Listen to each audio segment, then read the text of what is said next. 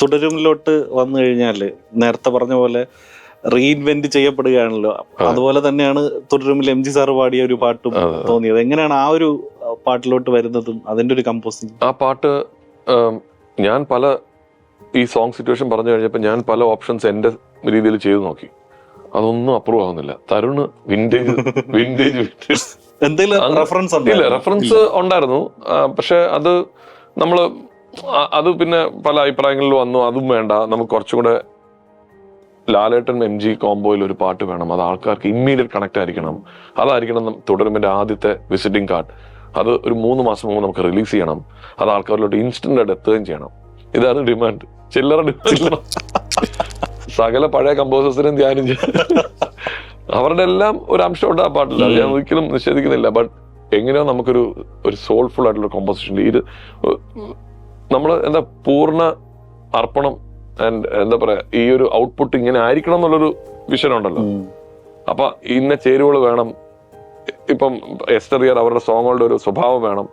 പിന്നെ ഞാൻ അങ്ങ് ഫ്ലോയിൽ കമ്പോസ് ചെയ്തു. ഈ പാട്ട് ഒരു അയച്ചു കൊടുത്തു. 5 or 6 പാട്ട് റിജക്റ്റ് ആണ്. ഇത്ര റിജക്ഷൻ ഇതുവരെ ഒരു പാട്ട് ഉണ്ടായിട്ടില്ല. ഞാനിങ്ങനെ അയച്ചുകൊണ്ടിരിക്കുകയാണ്, ഒന്നും പാക്കാവുന്നില്ല. പണിപ്പാളി.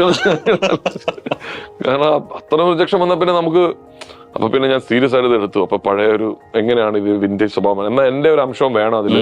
ചരണത്തിൽ കുറച്ചുകൂടെ നമ്മള് അങ്ങനെ ഒന്നും ചിന്തിക്കാതെ ആ ഫ്ലോ ചെയ്തു. അതാ മുറ്റത്തൊരു കോണി പച്ചപ്പനമ്പായിൽ, അത് കുറച്ചും കൂടെ എന്റെ ഒരു രീതിയിലോട്ട് ചെയ്തു. പക്ഷെ പല്ലവിയൊക്കെ I made sure that MG ആണ് ഇടാൻ പറ്റിയ കുറച്ച് സംഗതികളും അദ്ദേഹത്തിന്റെ ഇംപ്രവൈസേഷൻസ് ഉണ്ട്.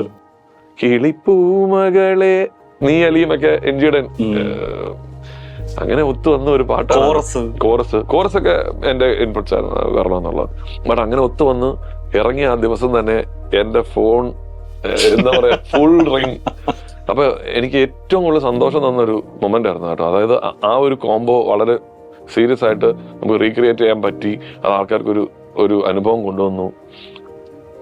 എന്തോ ഒരു മാജിക് അവിടെ സംഭവിച്ചു എന്ന് എല്ലാവരും പറയുന്നു. സോ ഈ വർഷത്തെ ഒരു വലിയ ഹൈ തന്നൊരു മൊമെന്റ് തന്നെയായിരുന്നു അതിന്റെ റിലീസ് ഡേ, ഈ പാട്ട് ഇറങ്ങിയ ദിവസം. ഈ എന്താ പറയാ, ഈ ലാലേട്ടൻ മൊമെന്റ് എന്ന് പറയില്ലേ, തുടരുമില് BGM ചെയ്തപ്പോ ആ ഒരു പുള്ളീന് ചാടി വരുന്നതും കാടയിറങ്ങുമ്പോ അത് പ്ലേസ് ചെയ്യുന്നതും നമ്മുടെ ഉള്ളില് ഈ തരുമൂർത്തി പറഞ്ഞിട്ടുള്ള പോലെ തന്നെ ഉറങ്ങിക്കിടക്കുന്ന ഫാൻ ബോയ്സിനെ ഉണർത്തിയൊരു സീനും BGM ആയിരുന്നു. അപ്പൊ അതിലോട്ട് എത്തുന്നത് എങ്ങനെയായിരുന്നു? അല്ല, അതിലോട്ട് എത്തുന്നത് ഞാൻ എന്നെ ഷൂട്ടിംഗ് റഷസിൽ ഏറ്റവും ആദ്യം കാണിച്ച റഷസിൽ ഒന്നായത്. ഞാനിത് ഓക്കെ, ഒരു ഡ്രാമ പടം, അതിലൊരു ട്വിസ്റ്റ് ഉണ്ട്, ക്ലൈമാക്സിൽ ഇങ്ങനത്തെ കാര്യങ്ങൾ നടക്കും.